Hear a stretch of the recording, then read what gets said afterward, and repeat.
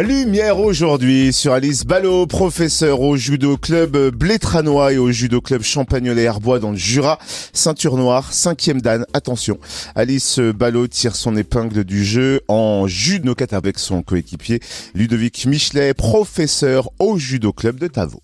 Et c'est bel et bien en judo kata qu'ils tirent leur épingle du jeu. Ils sont notamment vice-champions de France en judo kata élite, médaille d'or et d'argent sur des tournois européens, 5e au championnat d'Europe et ils s'apprêtent tous les deux à nouveau à participer au championnat de France de kata samedi à Tergnier dans les Hauts-de-France.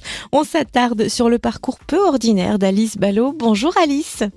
Bonjour. Alice, depuis quand pratiquez-vous le judo et pourquoi avoir choisi cette discipline ? Alors, je pratique le judo depuis l'âge de 4 ans, donc ça fait 32 ans maintenant. Et je me rappelle plus vraiment pourquoi ce sport, j'étais pas très haute quand j'ai commencé, mais je suppose que le fait d'avoir ma grande sœur qui était déjà sur les tatamis m'a donné envie d'y aller. Et puis avec mes frères et sœurs, on était quand même un peu speed, on bougeait bien, donc le judo permettait de nous canaliser, ce qu'arrangeaient plutôt nos parents. Le judo féminin a mis du temps à être reconnu, il a longtemps été considéré comme une affaire d'hommes. D'ailleurs, les compétitions de judo ne se sont ouvertes aux femmes qu'en 1980. En tant que femme, est-ce que vous avez trouvé difficile de vous faire une place dans ce milieu assez masculin ? Alors moi j'ai eu beaucoup de chance. Je n'ai jamais ressenti cette difficulté d'être une féminine dans ce milieu masculin. Quand j'ai commencé, il y avait qu'un vestiaire filles-garçons au club de Blétran et ça n'a jamais posé le moindre problème. À l'époque, on n'était qu'une poignée de féminines, une dizaine par rapport au masculin qui était une centaine. Mais à aucun moment je n'ai ressenti ce malaise ou cette différence entre les filles et les garçons. On était tous logés à la même enseigne. Et je me rappelle qu'à l'époque, mon professeur me faisait même combattre très souvent contre les garçons en compétition. Alors que c'était pas vraiment autorisé. Et j'adorais ça. Et il n'y avait pas de différence, tout le monde avançait ensemble et ça c'était aussi, je pense, grâce à la mentalité de nos professeurs et de nos élus à l'époque. Et puis après, plus grande, ado, où là il peut y avoir des soucis, je n'en ai pas rencontré parce que la mentalité des judokas était plutôt très ouverte et très respectueuse envers les féminines. Et ça c'est grâce aussi à notre code moral avec nos valeurs qui sont si importantes. Et puis maintenant, adulte, que ce soit dans ma pratique personnelle ou comme professeur ou comme formatrice, en fait, le fait d'être une féminine, c'est pas du tout un frein et je pense qu'au contraire, c'est plutôt un atout pour moi. Voilà qui fait plaisir à entendre. Vous l'avez précisé, vous enseignez également le judo au judo club Blétranois et au judo club Champagnollet-Herbois et vous enchaînez les championnats avec brio. Vous êtes ceinture noire 5e dan. Qu'est-ce que cela signifie ?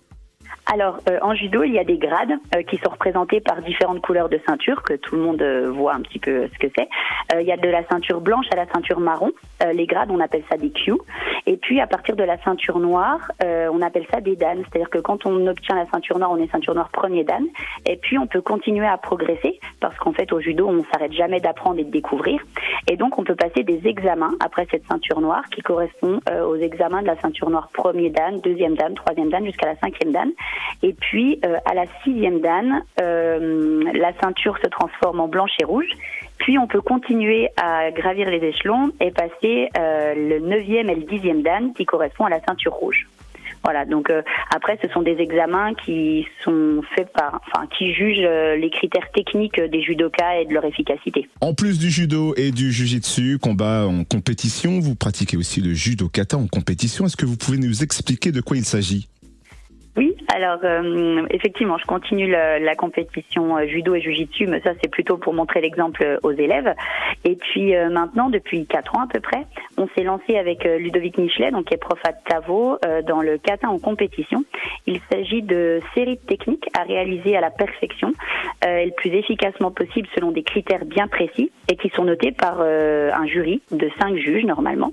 Il existe différents katas, donc pour nous c'est le juno kata, mais il existe aussi le nage no kata, le kata no kata, il en existe plusieurs, qui sont les mêmes au niveau mondial, et c'est ça qui est vraiment très sympa dans le kata, c'est-à-dire que les critères d'évaluation pour toutes les personnes qui pratiquent le kata au niveau mondial sont les mêmes, et je trouve ça plutôt fabuleux de pouvoir se mesurer à des Italiens, à des Russes, à des Espagnols, à des Japonais, avec les mêmes critères d'évaluation. Et dernièrement, vous vous êtes d'ailleurs imposé avec Ludovic Michelet en judo kata au 7e Open international kata de Meximieux et vous vous apprêtez à participer au championnat de France de kata à Tergnier dans les Hauts-de-France ce samedi 16 mars.